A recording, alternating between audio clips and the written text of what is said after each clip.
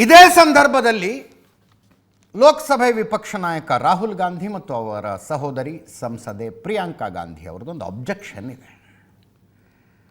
ಅಟಲ್ ಬಿಹಾರಿ ವಾಜಪೇಯಿ ಅವರು ಪ್ರಧಾನಮಂತ್ರಿಯಾಗಿದ್ದಾಗ, ಮನಮೋಹನ್ ಸಿಂಗ್ ಅವರು ಪ್ರಧಾನಮಂತ್ರಿಯಾಗಿದ್ದಾಗ ಯಾವುದಾದರೂ ದೇಶದ ನಾಯಕರು ಭಾರತದ ಭೇಟಿಗೆ ಬಂದರೆ ಅವರು ಲೋಕಸಭೆ ವಿಪಕ್ಷ ನಾಯಕರನ್ನು ಭೇಟಿಯಾಗ್ತಾ ಇದ್ರು, ಅಪೋಸಿಷನ್ ಲೀಡರ್ಗಳನ್ನು ಭೇಟಿಯಾಗ್ತಾ ಇದ್ರು. ಬಟ್ ಈ ಸರ್ಕಾರ ಬಂದ ಮೇಲೆ ಅದಕ್ಕೆ ಅವಕಾಶ ಕೊಡ್ತಾ ಇಲ್ಲ ಅಂತ.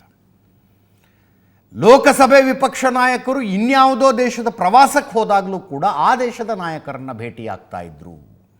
ಈಗ ಈ ಸರ್ಕಾರ ಆ ದೇಶದ ನಾಯಕರಿಗೆ ಹೇಳುತ್ತಂತೆ, ನಮ್ಮ ಅಪೋಸಿಷನ್ ಲೀಡರ್ ಬರ್ತಿದ್ದಾರೆ, ನೀವು ಯಾರೋ ಅವ್ರನ್ನ ಭೇಟಿ ಆಗಬೇಡಿ ಅಂತ ಹೇಳ್ಬಿಡ್ತಾರಂತೆ. ಈಗ ಇಲ್ಲಿ ಬಂದಾಗಲೂ ಹೇಳ್ತಾರಂತೆ, ನೀವು ಯಾವ ಕಾರಣಕ್ಕೂ ಅವ್ರನ್ನ ಭೇಟಿ ಆಗಬಾರ್ದು ಅಂತ.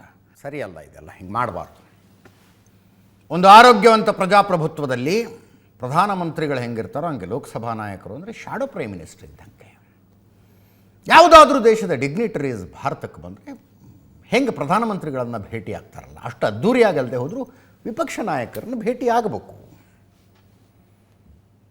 ಆದರೆ ಭೇಟಿಯಾಗೋದಕ್ಕೆ ಬಿಡ್ತಿಲ್ಲ ಅನ್ನುವ ಸುದ್ದಿ ಬಂದಾಗಲೇ 9 ಜೂನ್ 2024 ರಾಹುಲ್ ಗಾಂಧಿಯವರು ಲೋಕಸಭೆಯ ವಿಪಕ್ಷ ನಾಯಕರ ಆದ ಮೇಲೆ ಯಾರನ್ನೂ ಭೇಟಿ ಆಗಿಲ್ವಾ, ಅಂದರೆ ಭಾರತಕ್ಕೆ ಭೇಟಿ ಕೊಟ್ಟ ಡಿಗ್ನಿಟರೀಸ್ ವಿಪಕ್ಷ ನಾಯಕರನ್ನು ಭೇಟಿ ಆಗಿಲ್ವಾ ಅಂತ ಲಿಸ್ಟ್ ತೆಗೆಸಿದ್ರೆ ಈ ಲಿಸ್ಟ್ ಬೇರೆಯೇ ಕಥೆ ಹೇಳ್ತಾ ಇದೆ.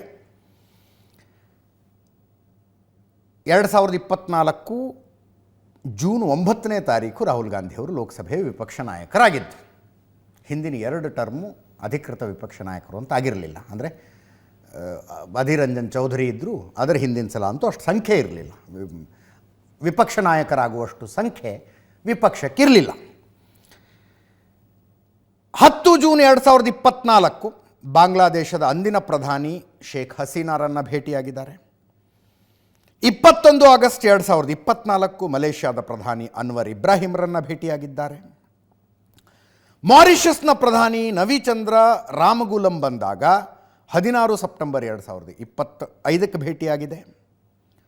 ನ್ಯೂಜಿಲೆಂಡ್ನ ಪ್ರಧಾನಿ ಕ್ರಿಸ್ಟೋಫರ್ ಲುಕ್ಸನ್ ಬಂದಾಗ 8 ಮಾರ್ಚ್ 2025 ಭೇಟಿಯಾಗಿದೆ. ವಿಯೆಟ್ನಾಂನ ಪ್ರಧಾನಿ ಭಾರತಕ್ಕೆ ಬಂದಾಗ 2024 ಆಗಸ್ಟ್ 1ನೇ ತಾರೀಕು ಲೋಕಸಭೆ ವಿಪಕ್ಷ ನಾಯಕರ ಜೊತೆಗೆ ಭೇಟಿಯಾಗಿದೆ.